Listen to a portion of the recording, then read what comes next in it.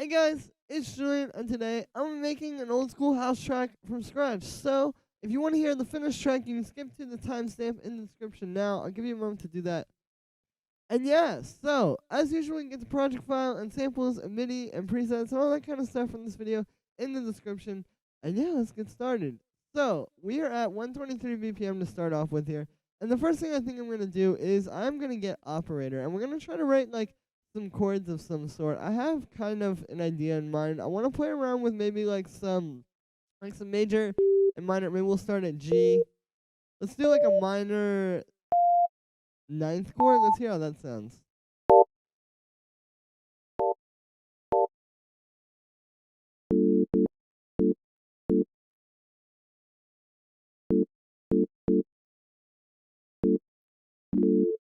That's kind of cool. And then maybe we could do.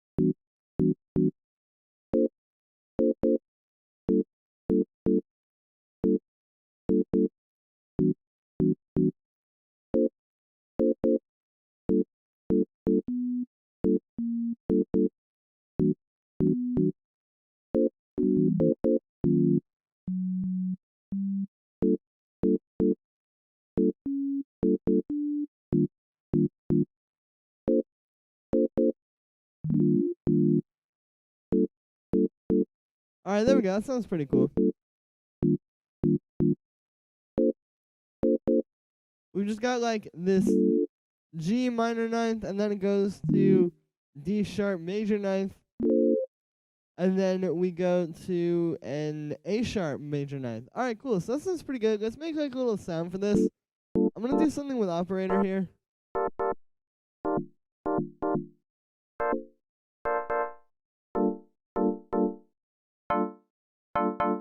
Maybe something like this, a little bit plucky.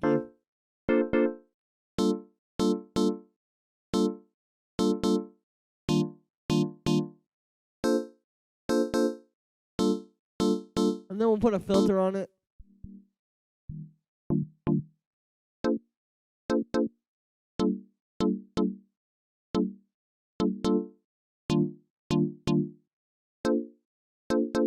Alright, that sounds pretty cool. Let's put some effects on here as well.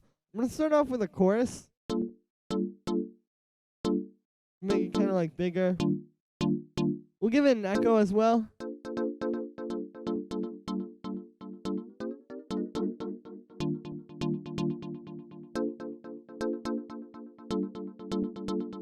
And let's also go into the MIDI here. And I'm gonna take all these 16 notes, like these, and these, and these, and these. And we're gonna just drag those start times back a little bit. Matter of fact, I'll do it this way. So what's gonna happen here is it's just gonna give everything a little bit more swing and like kinda.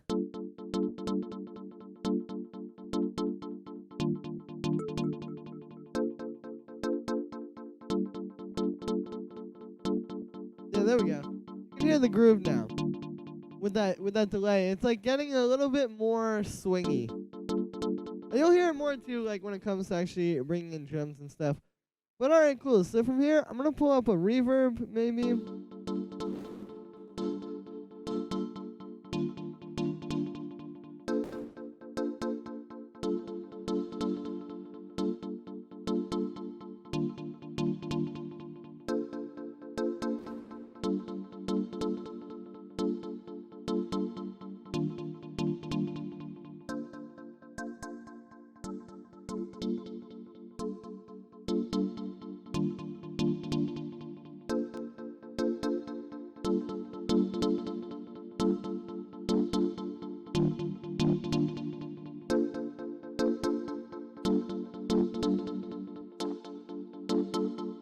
Alright, sounding pretty cool. So you can hear I've got the saturator on there. It's kind of giving it a little bit more grit and a little bit more character. And then we also have that EQ8 cutting out the line. And then I added this phaser as well. So you can hear this is like really subtle. Here's without it. And then with it. But it's just kind of giving it a bit more of that like phasey kind of moving sound. It really helps to bring this to life, I feel like, you know. It's like taking this from just like a boring kind of simple synth sound and sort of adding stuff to it to make it more interesting. So from here,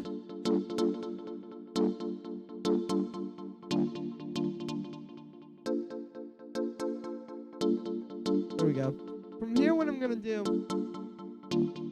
is I want to try and write actually a bass line just kind of based around this, because I don't want the bass to just follow like the exact pattern of the chords. Like, if I want to do, you know, we could just do this.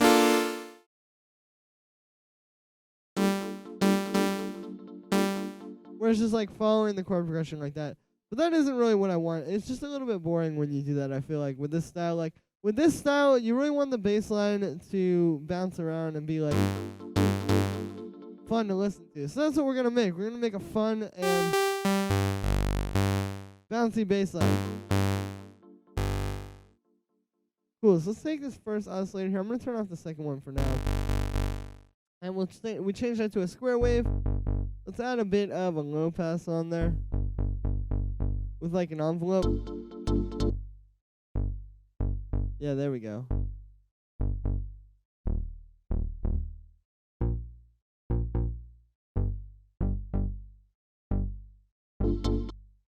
Cool, that sounds good. And then what we can do here is, again, we'll just make this sort of like play off of what the organ is doing without like exactly copying it.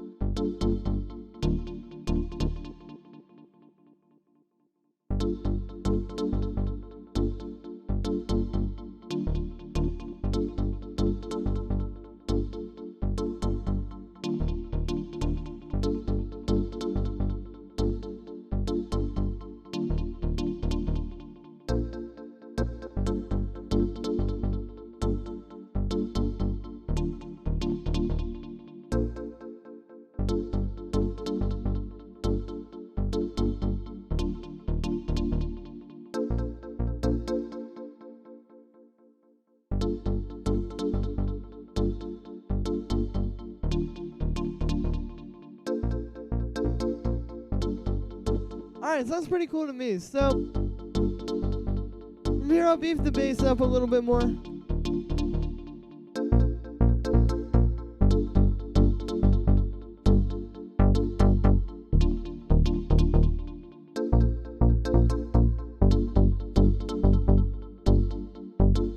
Then we'll give like a little bit of chorus before the saturator.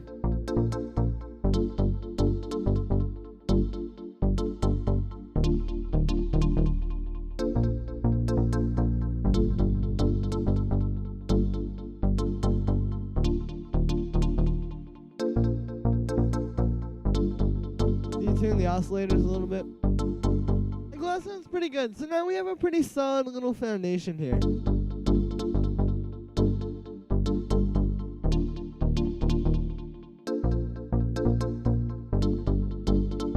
I think what I'm going to do next is I'm going to actually bring in the kick. So I like kind of setting up the kick and the bass early on with like any style of house music, really, just because like the kick and the bass are so foundational. Like that's really the entire foundation of your track. And so you need to have them work together in order to have everything else work. And also, like, I feel like it's a little bit easier to write new instruments and stuff when you're kind of listening to at least like the most foundational elements all playing together. So that's what we're trying to do here. I'm trying to set up, you know, the foundation for this track, and then we're going to build on top of that. So let's get this kick here. I have a bunch of 909 drums. I'm gonna take this kick and we're gonna bring it in here. There we go. Once it loads, and then we'll put in some quarter notes.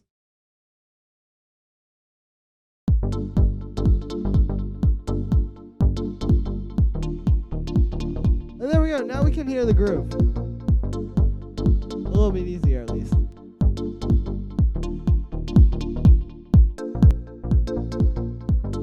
So I'll put a bit of saturation on the kick. I'll use the wave shaper here.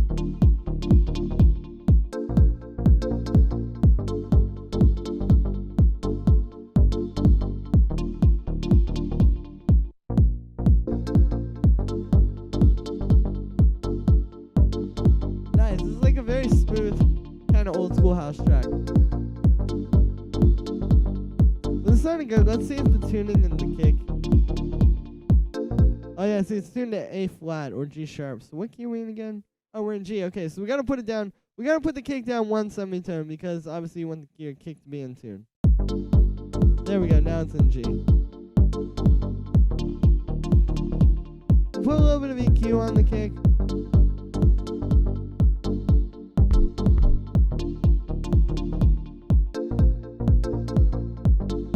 But this sounds pretty good. From here, I think I'm gonna try and come up with a lead of some sort. So let's get analog for this one. And I'll just try a few ideas and kind of see. I'm not exactly sure, but I'm sure we'll come up with something cool.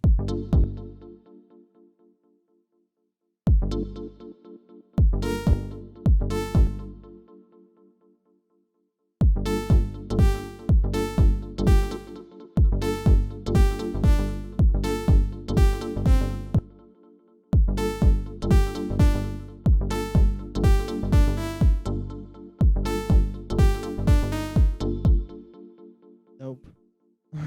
Alright, let's keep trying here.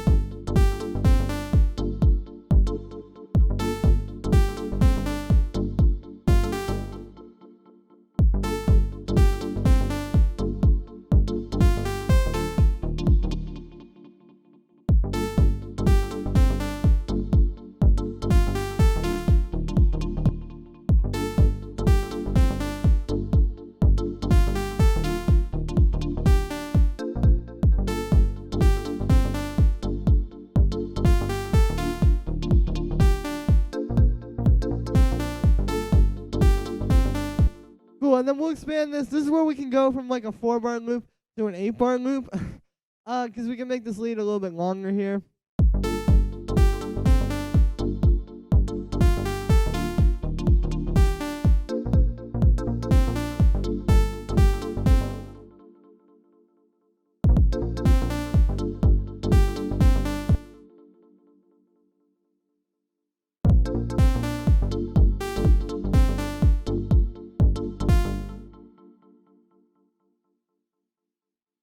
Then we'll change that up there.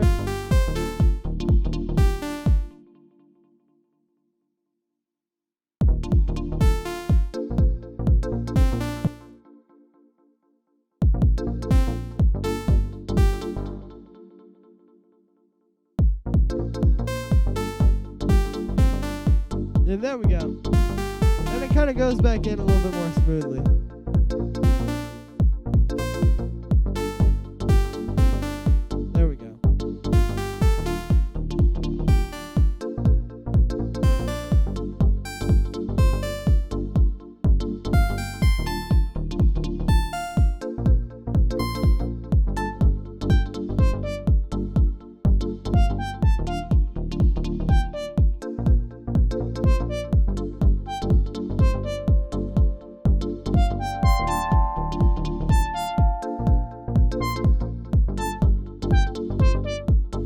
There we go. So just playing around with the sound a little bit here. I'm gonna put an LFO on the pulse width modulation of this first oscillator here.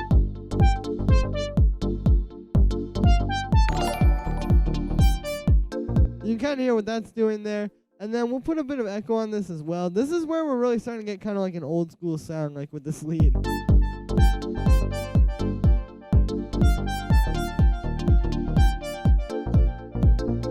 Maybe a bit of reverb.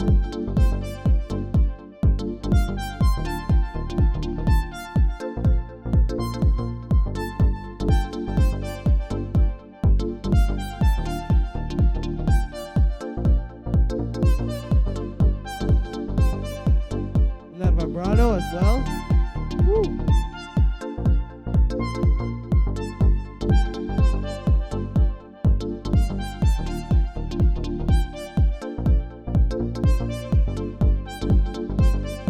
Alright, that sounds cool. Let's put a chorus on here.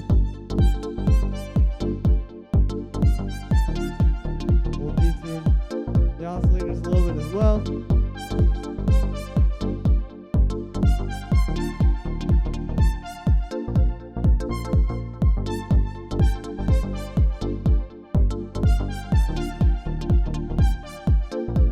Cool. Alright, so the next thing I think that we're going to do here, I'm going to turn the kick up a little bit. Turn the kick down a little, or the lead down a little bit. And we're going to start adding some percussion because we're kind of at that stage now. So I'm going to put in this clap here. And yeah, we're just going to kind of build it up, you know, from the ground up, so to speak. I mean, it's not that hard to do the percussion for this style of music, but you definitely want to, like, make sure you take your time with it and just kind of get, like, all the details and don't rush through anything.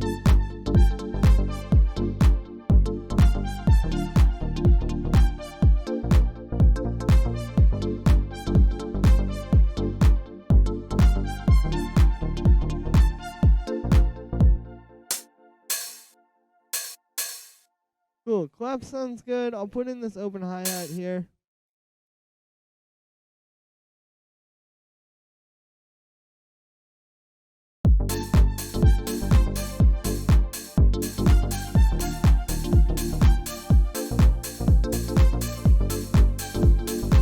We'll get this close hi-hat as well. I'll make like a little 4-bar pattern for that.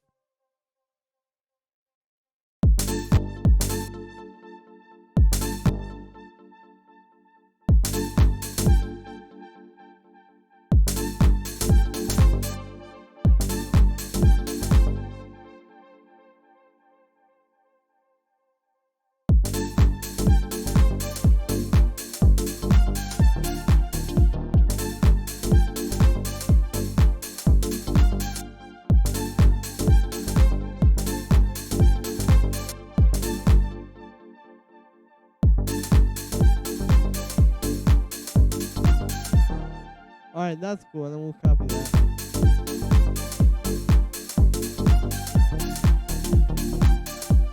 This is sounding pretty clean. Let's get this rim shot. And, matter of fact, let me get a drum rack here. And what we'll do is we'll have kind of like our hi-hats in one separate thing, and then we'll have this drum rack with this rim shot and the snare, and we can just have them in one place. And, yeah, it makes it a little bit easier to work with. So, put those in as well.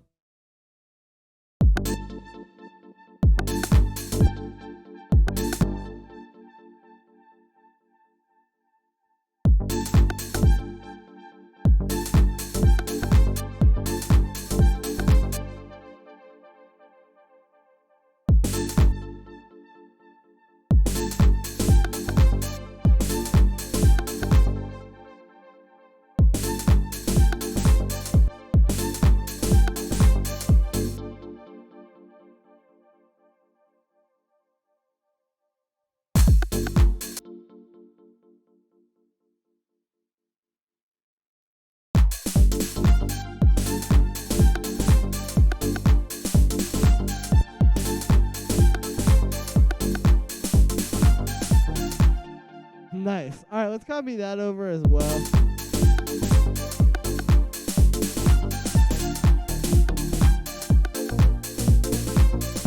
And then I'm going to group all of this percussion together. And this is where we're going to start doing some mixing stuff as well. I haven't really touched the mixing stuff just yet in the process of making this track. But what we're going to do is on this group of percussion here, we'll name it Percussion Bus. What we're going to do is we're going to put a few effects because we want to kind of like glue all these together and make them a little bit closer sonically, but also kind of give them some effects to make them sound a little bit more old school. Because right now, if you listen to this, like it kind of has the makings of an old school track, but it sounds very clean and like high fidelity. So we need to work with that. So that's what we're going to do here. So I'm going to put some drum bus on here. And we're going to dial the damp back a little bit. Maybe even put a little bit of saturation. It might be overkill because I'm not going for like full lo-fi house here.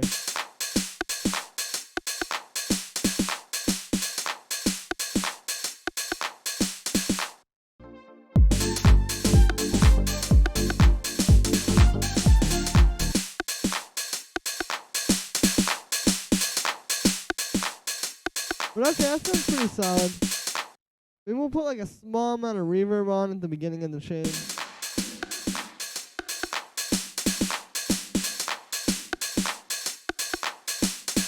Yeah, can't hurt. And the reason why I like putting reverb before like distortion and stuff like this when you're using it to process the sound is just because like I want the reverb to also get the texture that the drum bus and the saturator are giving the sound versus like if we just didn't have, if we had the reverb afterwards, it would be distorting and kind of crunching the sound up a little bit and then adding reverb, and that isn't quite what I wanted. Okay, that sounds good. I think I'm going to put the kick and the bass in a group together as well. We will call this one the low end bus. And what I'm going to do with this is I'll put a little bit of drum bus on there to kind of beef it up a bit. You can hear that really helps.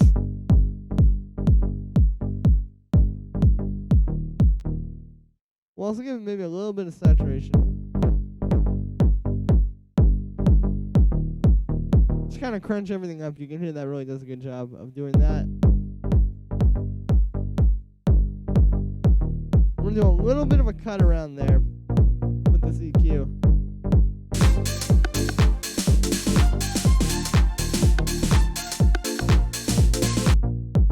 And yeah, you can hear everything sounds a lot tighter now.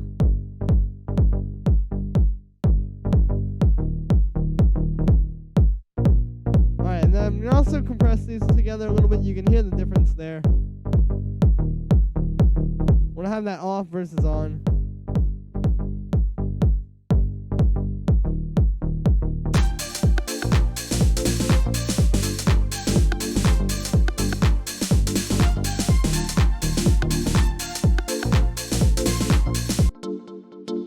Cool, and we'll try and do like a little bit of stuff to this as well. Like I'm gonna maybe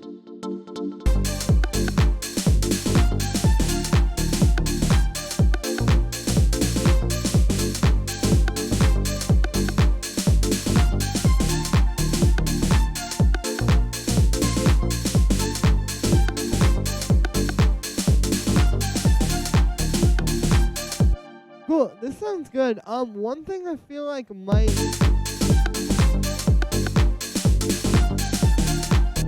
sound good in here is like one of these big kind of string pads. Like I'll show you what I mean. I have this sample ready, this string.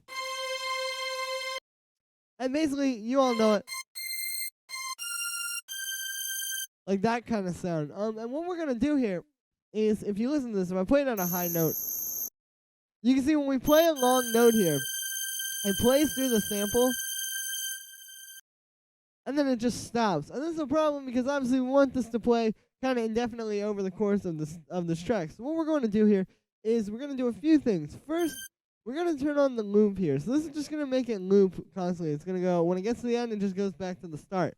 But that's not really going to be that smooth. Like you're going to hear a click when it does it. So what we're going to do is we're going to turn the fade up here. And what this fade is going to do, as you can see, it's not doing anything right now, but it's basically just going to make this kind of more smoothly fade into itself. And then if we turn up the start time and turn down the length, you can hear and see now.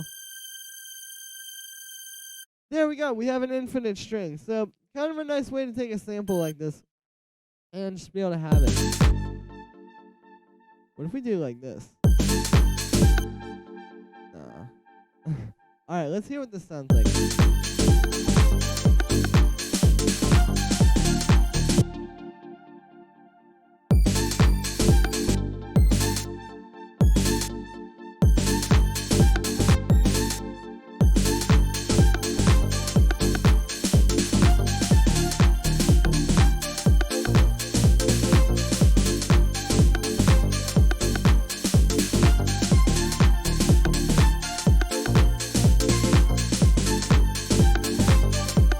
Okay, cool. Well, at this stage, I feel pretty solid about this. We've got these elements here. We've done a little bit of mixing stuff. We've done some stuff with like just kind of putting it all together. and making all of that work. And yeah, I feel like now is the time where I want to start trying to arrange this. So it's kind of like doing a painting. I say this a lot in these videos, but it's kind of like doing a painting. It's like, you know, when you're painting a picture, you don't just start with all of your colors kind of like figured out. Like, you have to spend some time and set up your palette, put a few colors together, maybe mix a few colors, just kind of see how it's all working together.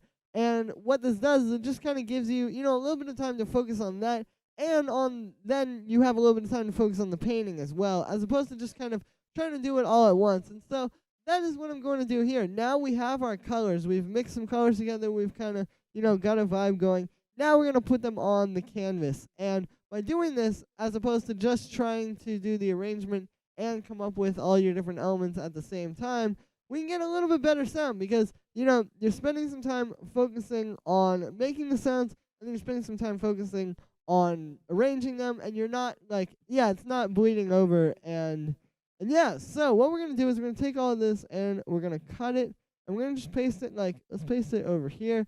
And then I'm going to start with a few elements. I think what I'm going to get here is maybe the organ.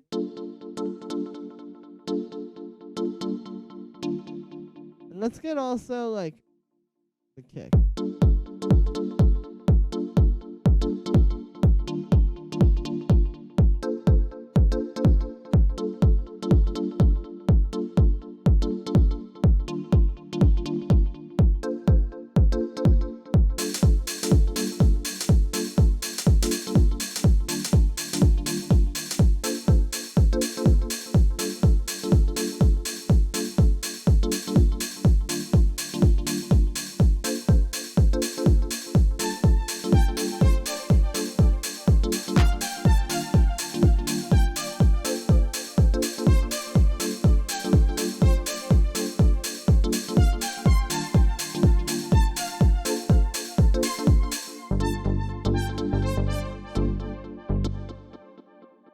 Alright, so just trying to get some ideas here. You can see, the way I'm doing this arrangement is basically, I'm just kind of, I just started with the kick and the organ.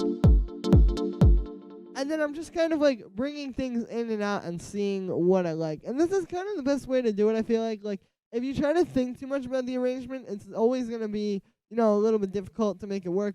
But if you just kind of take your time like this and just listen to it and, listen for what you feel like it needs next, it can be a little bit more seamless. So maybe what I'll do here, I'm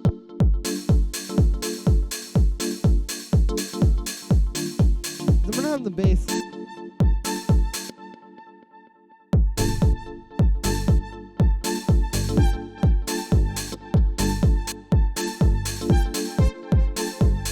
Yeah, we're going to sort of tease the bass line here.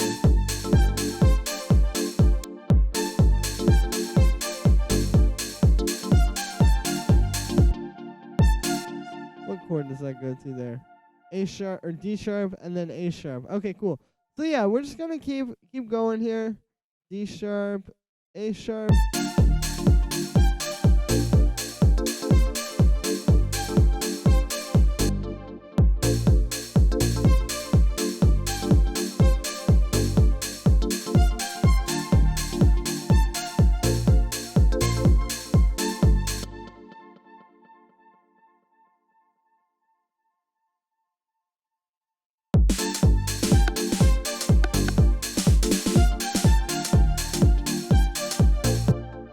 Maybe I'll grab the string.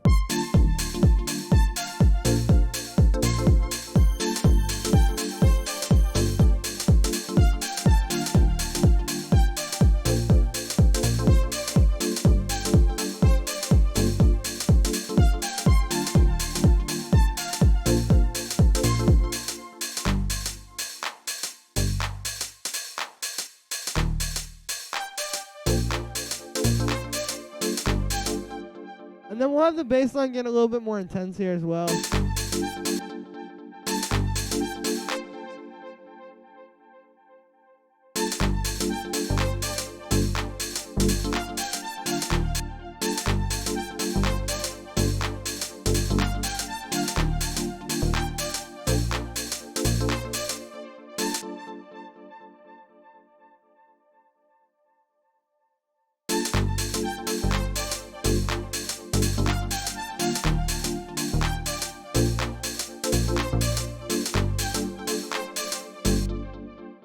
that's cool. We'll copy that over.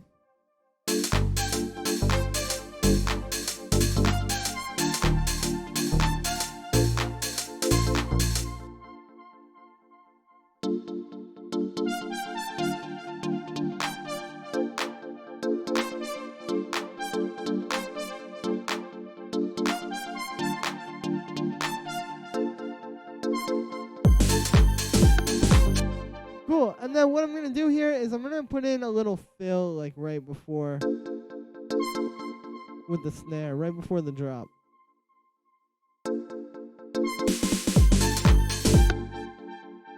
We'll get rid of that little. Yeah, there we go. So yeah, a little scatterbrain here. But we're just kind of coming up with ideas as I hear them. So what I want to do here now is I want to get the string, and we're going to just bring it in at like a little bit of a random, not like a random part. Let's just put it in here. And what we're going to do is I'm going to have this kind of like fade in, and then it'll make it a little bit smoother and make it kind of more, like it'll make it less like 8-bar loops. Because if you listen to this right now, it's a lot of 8-bar loops kind of being played in succession. But if we use this and have it kind of like coming in, it'll be something that isn't just like happening over the course of a loop like that. Yo, matter of fact, let's bring it in here and then just have the automation start there.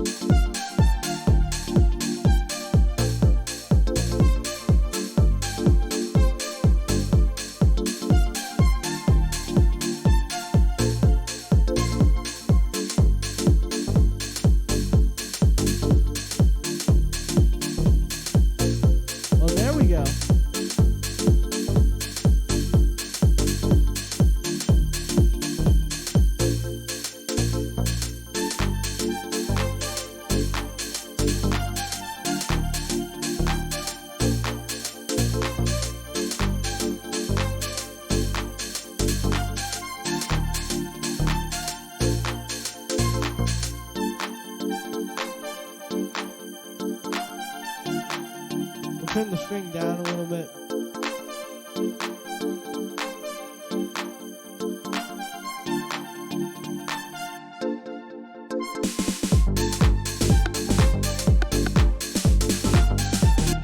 Yeah, there we go. Let's hear what that sounds like.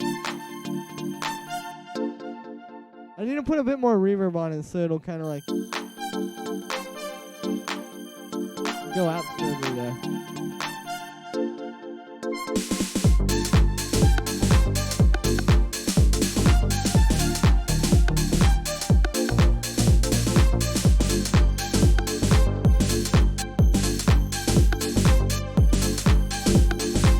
Cool, I don't want the string come back in right there.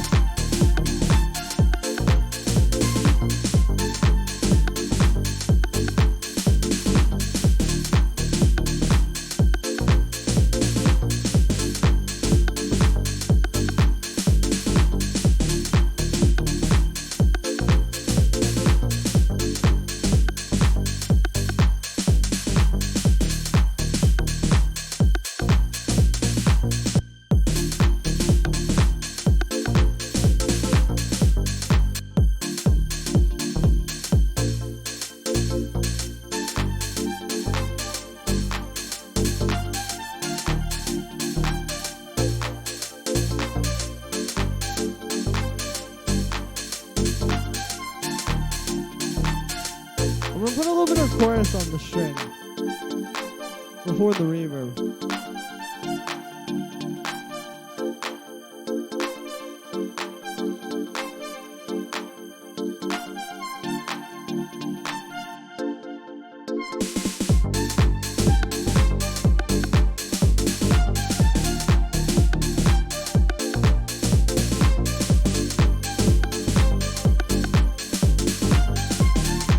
We'll make the string fade in here.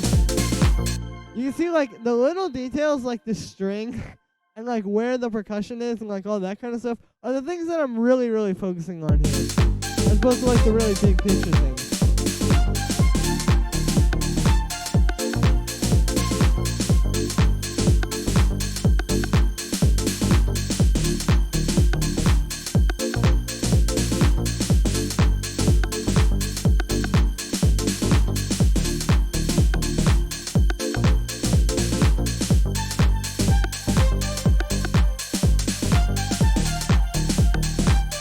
Okay, so what I'm going to do now is I have an idea to make a sort of call and response thing happen between this lead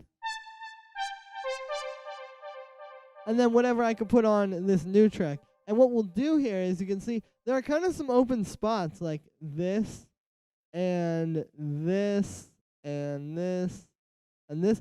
And we can kind of fill those in with the new lead. And then what will happen is in the second part of like this first sort of part of the drop, I guess, like how we have this, we'll have the first lead go out, and then this new one will come in. And then when it gets to this part, it'll be both of them, and they'll be playing off of each other, and it'll kind of like all come into focus. So let's take this here, and I'll just like look at this MIDI while I'm doing it. Luckily with Ableton 10, we can do this. To look at the MIDI of like another track while you're working on one, all you gotta do is just click on the one MIDI clip that you want to see, and then the one that you want to work on, and hold down shift while you're doing it, and there we go.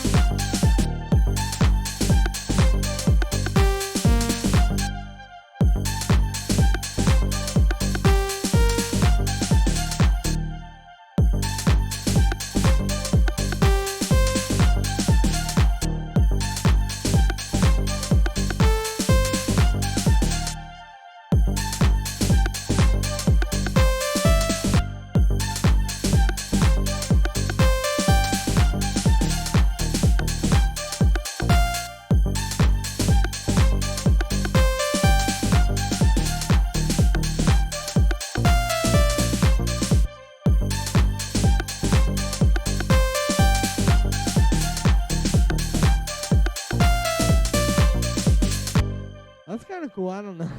Let me look at the MIDI again while I'm doing it. I do think this is a solid idea, though.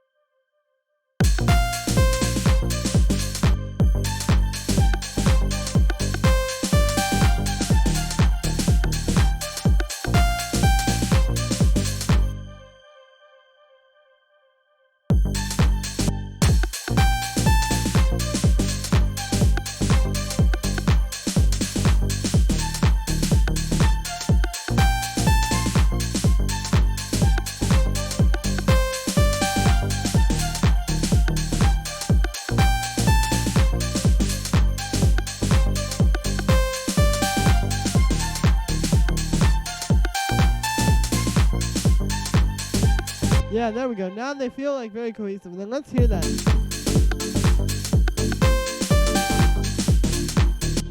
Perfect. Now we can make a sound for this one. I'm gonna actually use a sine wave here. So let's get a sine wave, and let me just like loop this part so we can listen to it. We'll kind of play around with it a little bit.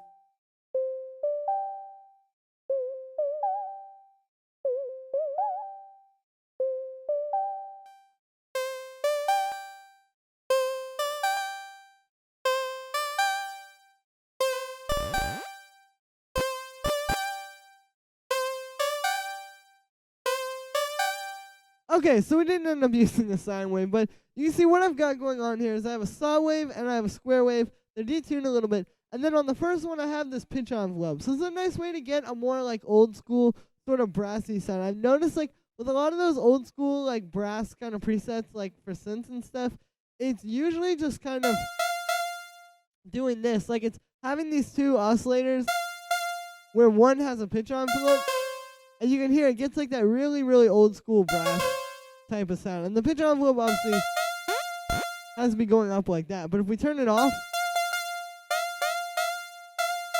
and then on, you can hear, yeah, kind of has like that really old school sort of like a little bit uneasy synth sound. Cool. So from there, I'm going to turn off the filter actually. For now, at least. Maybe a little bit of unison. No, let's not go for it. But then I'm going to put on a little bit of echo. And let's do something we haven't done. Let's do like 16 notes. And then some reverb.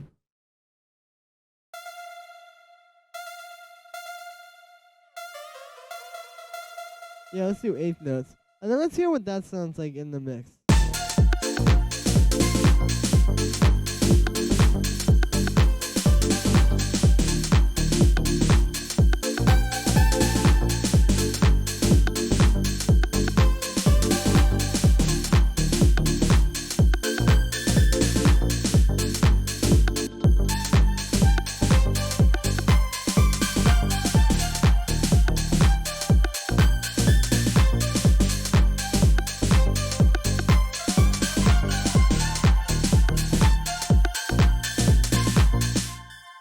Yo, let's actually do quarter note echo. That sounds cool.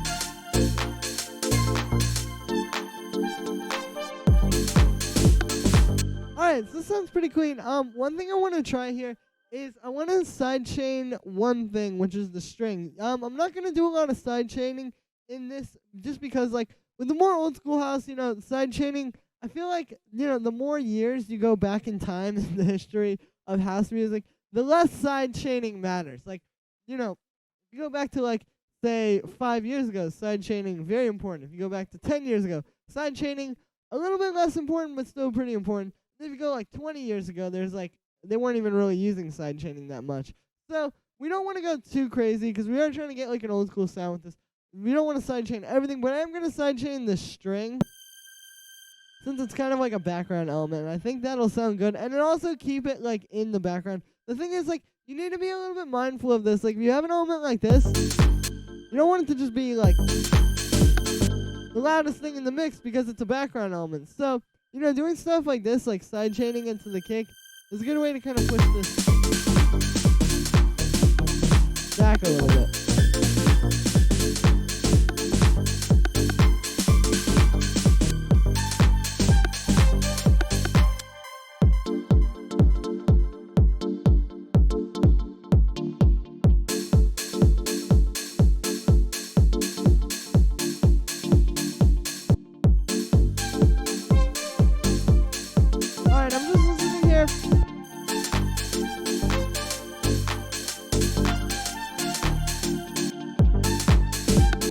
See if there's like anything that I want to change.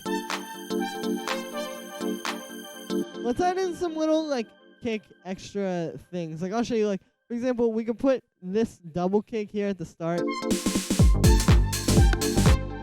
Stuff like that. Maybe we'll put like a little transitional fill thing here.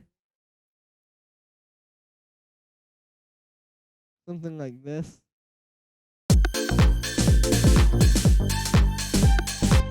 Yeah, those are cool. I like adding those little things in. Those are, like, honestly something that a lot of people do now when they're trying to sound like old school house, but with modern techniques. But I think it does sound pretty cool. I like doing that there.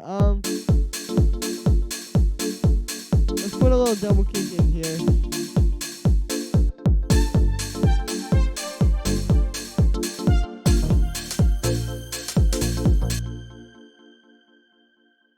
And then maybe here we'll do like this.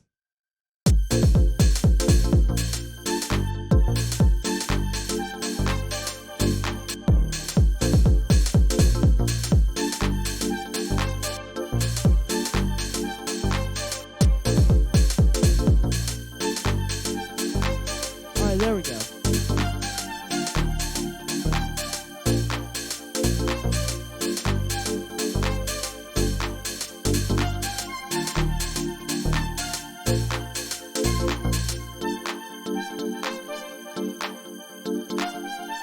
This would be cool to put like a monologue here, like somebody talking in this part or something. I guess I should show and not tell in that case. But yeah, all right. So this is sounding pretty clean so far. I like how it sounds. I think at this stage what I'm going to do is I am actually going to do some mastering. So what we're going to do is we're going to take the loudest part here, and we're going to check on the mix, because you can see right now it's hitting at minus 3.76, and where we want, like before mastering, is you would want your maximum volume to be maybe like between -4 and -6 is usually what people say. So I'm going to take everything here, and we're in session view. If we click on one track and hit Control A or Command A if you're on a Mac, you can select all, and then we can turn the volumes down of everything at the same time. So what I'm going to do is we're going to just watch this while I'm doing it. And we're going to turn it way down, like way too quiet, and then just kind of bring it up until it's good. And we can watch this. Cool, there we go. So you can see now this is hitting at about where we want it to, and it's sounding very clean. And so this is like a good thing. Like I like to kind of, take everything down to where it's too quiet and then turn it up, as opposed to have it be way too loud and then have to turn it all down. You can also do like some last minute mixing stuff. Just kind of listen to everything. See if there's like anything we would want to clean up.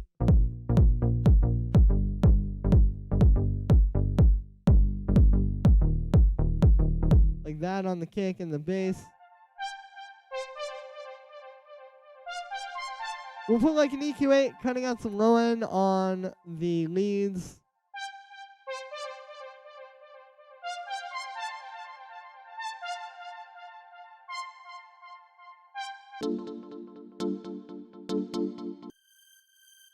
And then let's check the string as well. Like all this kind of stuff. I like to do this. I know I said this is like the mastering stage, but I try to get all this stuff done like right as I'm going into mastering. Like, just kind of some last minute checks, just finalizing everything, making everything that much more like clean and kind of easy to work with when it comes to mastering. Alright, you can hear that sounds a bit cleaner, and now I believe it is time to start doing mastering. So, the first thing that I'm going to do on my master here is I'm going to get a little bit of saturation, and what we're going to do is we're going to just hit play here and start kind of turning this up.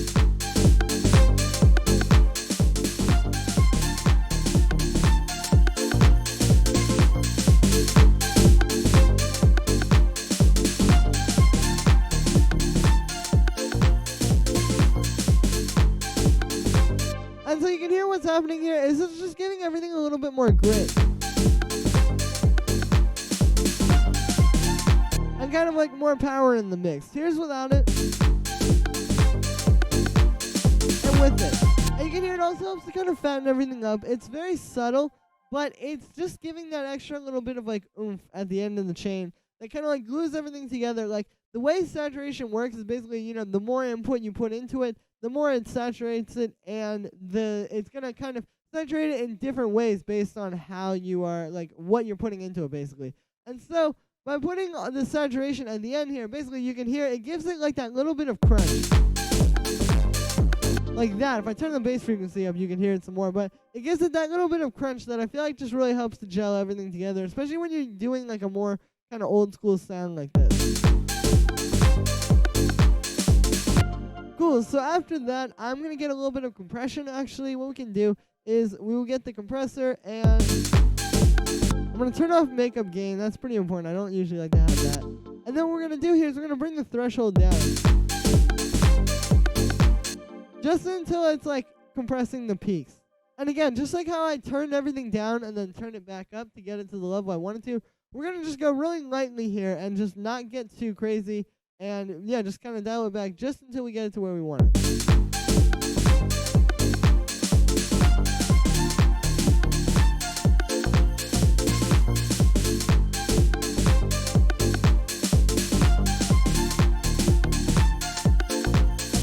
Okay, so here's before the compression.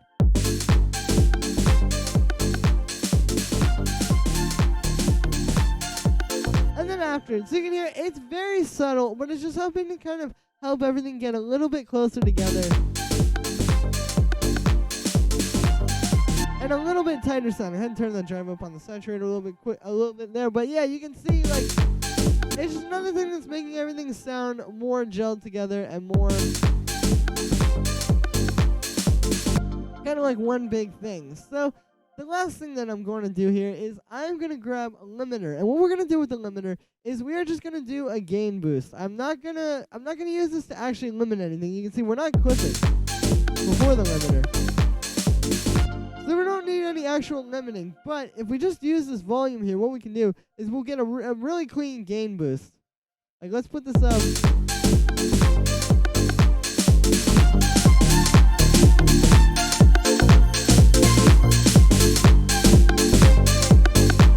So yeah, you can hear it's quite a bit louder now, of course. But what we're doing here is we're just getting a bit of a gain boost. And then what's happening is the limiter just basically ensures that it won't go over. So if I did the same gain boost with the utility, like let's just take this utility, put it up +7. You can see even if we get it down 1 dB,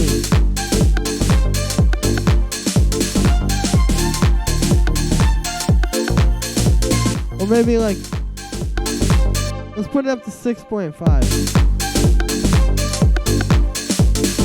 You can see what's happening there is like the left ear will clip. Like it's hitting 0 dB, which is what we want. That is like the loudness we want, the maximum loudness we want. But yeah, this utility, it's not got the limiter in there. So what's happening is like it'll clip for just a second, or like you saw it before. Yeah, there we go. Like just the left ear will clip, or just the right ear will clip. And obviously, this isn't really what you want. So what the limiter does is it just gives it that little bit of gain boost. We can turn that down 0.5. But it gives it that little bit of gain boost that we need just to get the level up.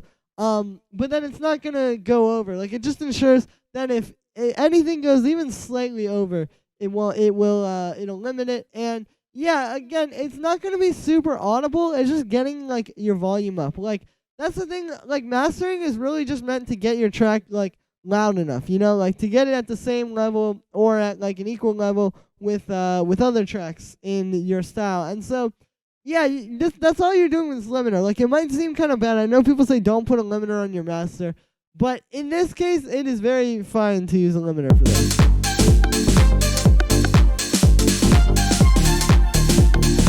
Well, that sounds pretty good. I'm just listening here. Maybe I'll do one more thing. I think I'm going to put an EQ8 kind of going into the saturator. And we'll just cut out a little bit of muddy stuff around like here. I don't, with this kind of sound, you do want to let a little bit more of those like low mid-range frequencies through. But here I feel like we can kind of clean them out. Just a little bit. And also, the way the saturator works is the more input you put into it, the more it's going to saturate your sound. So, if you think about it, an EQ is really just like a volume that is very, very specialized. Like, it's a volume where you can just turn down the volume of any frequency on its own or any group of frequencies that you want. And so, if we turn down, like, say, the low mid-range a little bit going into the saturator, the bass and the high end, which do sound very good being crunched by the saturator, will get saturated a little bit, or will be saturated more, but then these low mid frequencies won't be, like, pushing through as well. And you can hear that